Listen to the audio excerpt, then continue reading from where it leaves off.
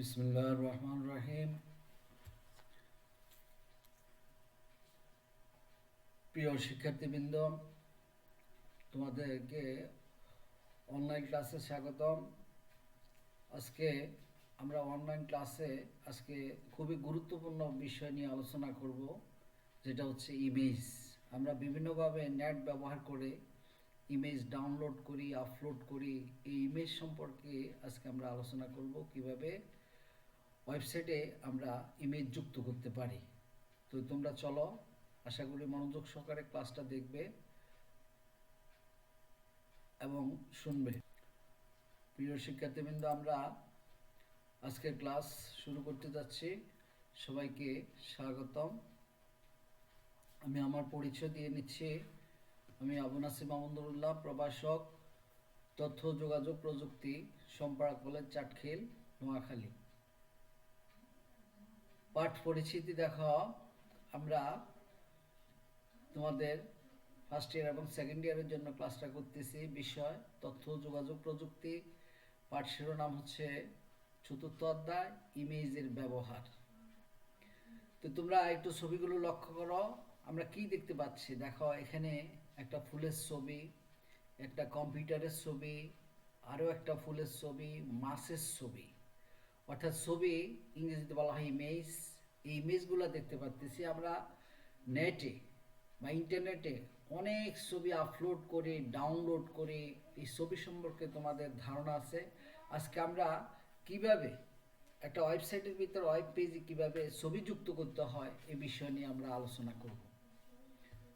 তাহলে আজকে আমাদের পাঠ হচ্ছে HTML এ ইমেজের ব্যবহার। HTML এ ইমেজের ব্যবহার। তাহলে এই পাঠ শেষে তোমরা বা শিক্ষার্থীরা কি কি শিখতে পারবে দেখো। ওয়েব পেজে ইমেজের ব্যবহারের সুবিধা কী তা বলতে পারবে। ওয়েব পেজে ইমেজ ব্যবহারের অসুবিধা কী তা বলতে পারবে। ওয়েব পেজে ইমেজের ব্যবহারের কৌশল ব্যাখ্যা করতে পারবে। তাহলে এই পাঠ শেষে আমরা যে দক্ষতা অর্জন করব সেটা হচ্ছে ইমেজ ওয়েব পেজে ইমেজ ব্যবহারের সুবিধা কী তা বলতে পারবে। ওয়েব পেজে ইমেজ ব্যবহারের অসুবিধা বলতে পারবে। ওয়েব পেজ ইমেজ ব্যবহারের কৌশল ব্যাখ্যা করতে পারবে। তো দেখো, আমরা আস্তে আস্তে এগুলো আলোচনার মধ্যে চলে যাই। সবাই রেডি তো? খাতা কলম নিয়ে সবাই রেডি হয়ে থাকো। আমরা দেখো, গ্রাফিক্স বা ইমেজ যাই হোক না কেন, দর্শনযোগ্য উপাদানগুলোর সংযোজন ওয়েব প্রেজেন্টেশনকে আরও বেশি বিশেষত্ব প্রদান করে। একটা ছবি যদি আমরা কোনো ওয়েব পেজে যুক্ত করি, তাহলে ওই ওই ওয়েব পেজটা খুবই আকর্ষণীয় হয়ে উঠবে, অর্থাৎ বিশেষত্ব প্রকাশ করবে। তাহলে ওয়েব পেজে গ্রাফিক্স বা ইমেজ ব্যবহারের সুবিধাগুলো হলো, ওয়েব প্রেজেন্টেশনকে গ্রাফিক্স ব্যবহারের মাধ্যমে সহজে টেক্সটের পরিমাণ কমিয়ে আনা যায়। টেক্সট মানে লেখা। আমরা একটা ছবি যদি গ্রাফিক্স হিসাবে আমরা একটা ছবিকে যদি ওয়েব পেজে যুক্ত করি, তাহলে তোমার লেখা অনেক কমে যাবে। লেখাগুলো অনেকগুলো লিখতে হবে না, তো ছবি দিলে অনেকে বুঝতে পারবে সহজে। গ্রাফিক্স বা ইমেজের ব্যবহার হচ্ছে মানুষের দৃষ্টি আকর্ষণের একটি উৎকৃষ্ট উপায়। আরেকটা সুবিধা হচ্ছে, গ্রাফিক্স বা ইমেজ ব্যবহার হচ্ছে মানুষের দৃষ্টি আকর্ষণের আরেকটা উৎকৃষ্ট উপায়। আরও একটা সুবিধা আছে, তখন গ্রাফিক্সকে লিঙ্ক হিসেবে, নেভিগেশন টুলস হিসেবে ব্যবহার করে ওয়েব পেজটি আরও দর্শনীয় করা যায়। তাহলে আমরা এই ওয়েব পেজে গ্রাফিক্স ব্যবহার বা ইমেজ ব্যবহারের যে সুবিধাগুলো জানতে পারলাম। এবারে আমরা দেখব ওয়েব পেজে গ্রাফিক্স বা ইমেজ ব্যবহার করলে কিছু অসুবিধা হয়। এই অসুবিধাগুলো কি হয় দেখো। এক নম্বর অসুবিধা হচ্ছে, ডাউনলোড এর সময় গ্রাফিক্স বা ইমেজ টেক্সটের চেয়ে বেশি সময় নেয়, অর্থাৎ এটা ডাউনলোড হতে একটু সময় বেশি লাগে। গ্রাফিক্যাল ব্রাউজার ব্যবহার না করলে গ্রাফিক্স সাপোর্ট করে না, এ আরেকটা অসুবিধা। আরও একটা, এমন কিছু কিছু রং আছে যা অনেক ব্রাউজারে সাপোর্ট করে না। অর্থাৎ আমরা ইমেজ ব্যবহারের অসুবিধাগুলো হলো এগুলো, ডাউনলোডের সময় একটু বেশি নেবে, গ্রাফিক্যাল ব্রাউজার ব্যবহার না করলে গ্রাফিক্স সাপোর্ট করবে না, এমন কিছু রং আছে যা অনেক ব্রাউজারে সাপোর্ট করে না। তাহলে দেখো, ওয়েব ব্রাউজার দুই ধরনের ইমেজ বা গ্রাফিক্স প্রদর্শন করে, একটা হলো ইনলাইন ইমেজ আর একটা হলো এক্সটার্নাল ইমেজ। তাহলে ইনলাইন ইমেজটা হচ্ছে দেখো, ইনলাইন ইমেজ হলো ব্রাউজারে ওয়েব পেজ লোডের সময় সরাসরি ওয়েব পেজে প্রদর্শিত হয়। ইনলাইন ইমেজ হলো ব্রাউজারে ওয়েব পেজ লোডের সময় সরাসরি ওয়েব পেজে প্রদর্শিত হয়। এক্সটার্নাল ইমেজটা হলো কি? এক্সটার্নাল ইমেজ হচ্ছে সেই ইমেজ যে ব্রাউজার কর্তৃক পেজ লোড হওয়ার সময় সরাসরি পেজে প্রদর্শিত হয় না। এক্সটার্নাল ইমেজকে শুধুমাত্র ডাউনলোড করা যায় এবং ডাউনলোড শেষে তা ব্যবহারকারীরা সহজে দেখতে পায়। এইগুলো আমাদের দুই ধরনের ইমেজ। তাহলে দেখো, ইমেজ ট্যাগ খুবই গুরুত্বপূর্ণ। আমরা যে ইমেজ যুক্ত কোনো কিছু যুক্ত করতে হলে তোমরা ট্যাগ দিয়েই, আমরা ট্যাগ সম্পর্কে এর আগে ক্লাসগুলোতে অনেক কিছু বলেছি যে ট্যাগ দিয়েই ইমেজকে যুক্ত করতে পারো। তাহলে এই ইমেজকে যুক্ত করার জন্য যে ওয়েব পেজে কোনো ইমেজকে যুক্ত করার জন্য ইমেজ ট্যাগ ব্যবহার করতে হয়। আর এই ইমেজ ট্যাগ হচ্ছে এরকম, দেখো একটা অ্যাঙ্গেল ব্র্যাকেটের ভিতরে IMG, এই ট্যাগটাকে আমরা ইমেজ ট্যাগ বলবো। ইমেজ ট্যাগ একটি এমটি ট্যাগ, এই জন্য ইমেজ ট্যাগের কোনো ক্লোজিং ট্যাগ হয় না। ইমেজ ট্যাগের একটি অত্যাবশ্যক অ্যাট্রিবিউট হচ্ছে SRC অর্থাৎ সোর্স। তাহলে আমরা কোনো ছবিকে যুক্ত করার জন্য আমরা যে ট্যাগ ব্যবহার করব সেটা হচ্ছে ইমেজ, এবং ইমেজ একটা এমটি ট্যাগ, এটা মনে রাখবা, যার কোনো ক্লোজিং ট্যাগ হয় না। ইমেজ ট্যাগের একটা অত্যাবশ্যক অ্যাট্রিবিউট হচ্ছে সোর্স অর্থাৎ SRC। তাহলে দেখা আবার আমরা এটি সিনট্যাক্স অ্যাট্রিবিউট সহ সিনট্যাক্স হলো এরকম, দেখো অ্যাট্রিবিউট সহ যে সিনট্যাক্সটা আছে ইমেজ ট্যাগের, ইমেজ সোর্স ইকুয়াল টু, তোমরা এই সোর্সটা অ্যাট্রিবিউট, এটা হলো অ্যাট্রিবিউটের নাম, অ্যাট্রিবিউটের পরে ইকুয়াল টু দিতে হবে, ইকুয়াল টুর পরে ইনভার্টেড কমার ভিতরে URL অর্থাৎ ইউনিফর্ম রিসোর্স লোকেটর অর্থাৎ ঠিকানাটা লিখতে হবে। কেমন? ঠিকানাটা লিখতে হবে। অ্যালাইন, তাহলে দেখো অ্যালাইন ইকুয়াল টু ইনভার্টেড কমার ভিতরে আমরা এই লেখাটাকে, আমরা ইমেজটাকে পেজের বাম পাশে, ডান পাশে, উপরে, নিচে, টপ, বটম এগুলো লিখবো। ওয়াইড অর্থাৎ পেজের ভিতরে কতটুকু ওয়াইড মানে কতটুকু চৌড়া জায়গা নেবে এতটুকু দেখাবে। হাইট মানে এটা উচ্চতা কতটুকু হবে। বি স্পেস, তার মানে হচ্ছে দেখো আরেকটা attribute B space, vertical space, inverted কমার ভিতরে আমরা এই সংখ্যা দিয়ে দিব কতটুকু এটা উচ্চতা হবে। এইচ স্পেস, হরিজন্টাল স্পেস, এটার ইনভার্টেড কমার ভিতরে তা আমরা সংখ্যা দিব।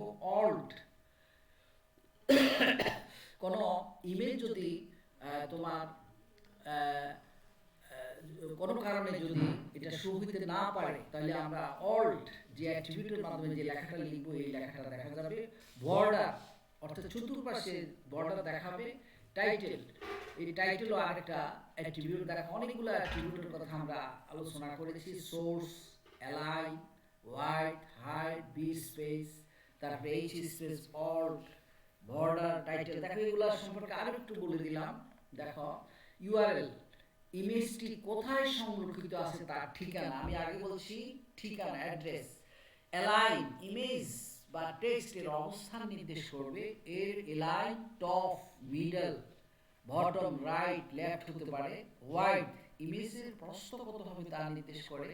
ইমেজ হাইট, ইমেজের দৈর্ঘ্য বা উচ্চতা নির্দেশ করে।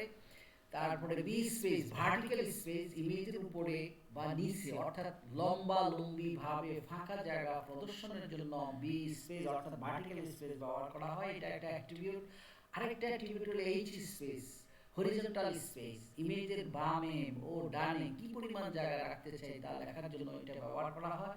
বর্ডার, ইমেজের চারদিকে কি পরিমাণ বর্ডার রাখতে চাই তা লেখার জন্য এই অ্যাট্রিবিউট ব্যবহার করা হয়। অল্ট সংক্ষেপে আমরা বলবো, অল্ট অ্যাট্রিবিউট করা ইমেজের জন্য একটি অল্টারনেট টেক্সট নির্ধারণে ব্যবহৃত হয়। ব্রাউজার যদি কোনো কারণে ইমেজ লোড করতে ব্যর্থ হয় তখন ইমেজের পরিবর্তে অল্টারনেট টেক্সট প্রদর্শন করবে। টাইটেল, টুলটির ব্যবহারের জন্য অর্থাৎ ইমেজের টাইটেল টুলটি, দেখো টাইটেল একটা অ্যাট্রিবিউট, টাইটেল টুলটি ব্যবহারের জন্য অর্থাৎ ইমেজের যে নাম দেওয়া হবে তা পেজ লোড হওয়ার পর ইমেজের উপর মাউস নিলে ওই নাম দেখা যাবে। অর্থাৎ টাইটেল অ্যাট্রিবিউট ব্যবহার করলে যে নাম দেওয়া হবে, ইমেজের একটা নাম থাকবে, ওই নামের ওই ওই ইমেজের উপরে মাউস পয়েন্টার নিলে ওই নামটা দেখা যাবে। এই হলো আমরা কতগুলো অ্যাট্রিবিউটের কথা আলোচনা করেছি, তোমরা এগুলো খেয়াল রাখবে, অ্যাট্রিবিউটগুলো অবশ্যই লাগবে। আর মূল ট্যাগ হচ্ছে ইমেজ ট্যাগ, আর মূল অ্যাট্রিবিউট হচ্ছে সোর্স।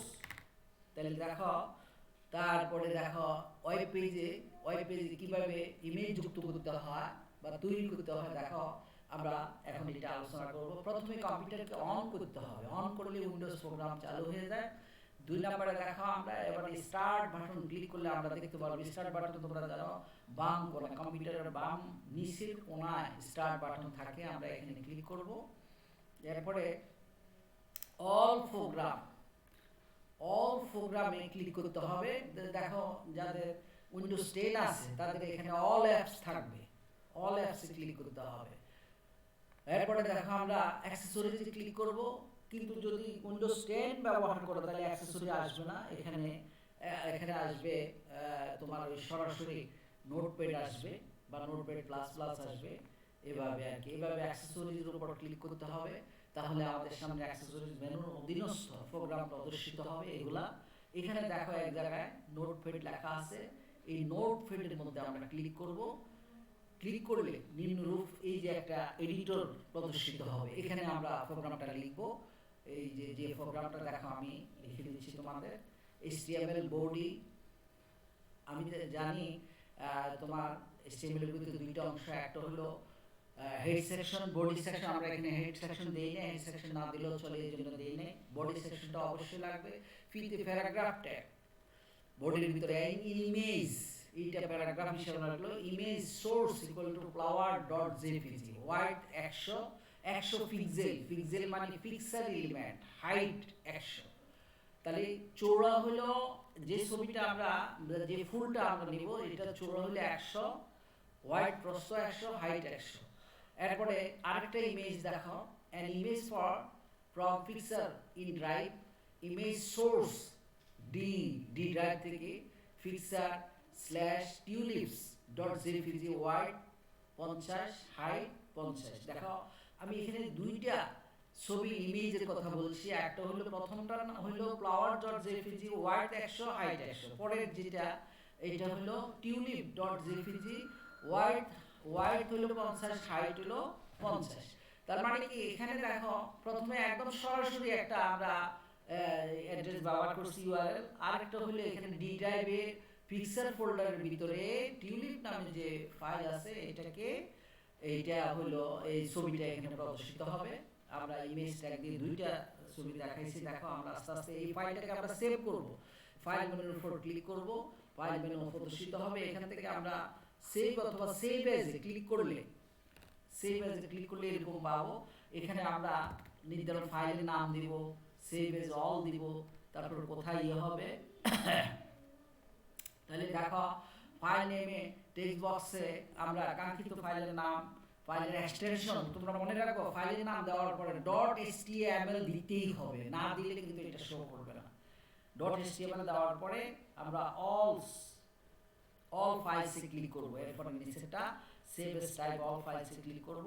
এরপরে সেভ হওয়া জায়গা নির্ধারণ করে দিতে পারি, অর্থাৎ যেখানে সেভ হবে সেটা নির্ধারণ করে দিলে আমি ডেস্কটপে দিলাম, এই ডেস্কটপে এটা সেভ হবে, যে ফাইলটার নাম দিলাম এখানে।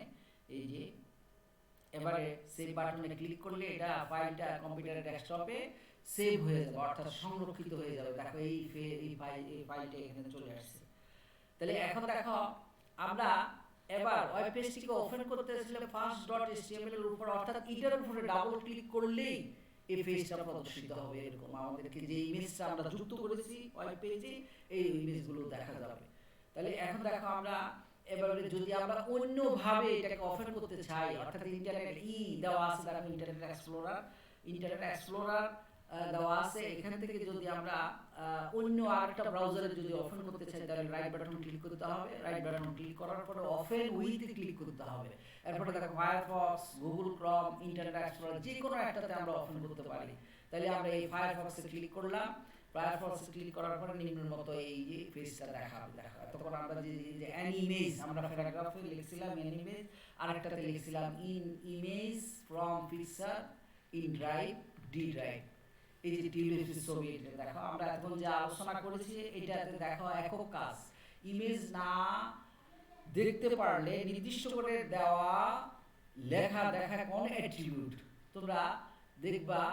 এখানে দেখো এই হোয়াইট আছে, বি স্পেস, এরপর অল্টার, এটাতে দেখো এই যে এটা সবুজ অল্টার, অল্ট, এই অল্ট অ্যাট্রিবিউটটা দেখাবে কেমন।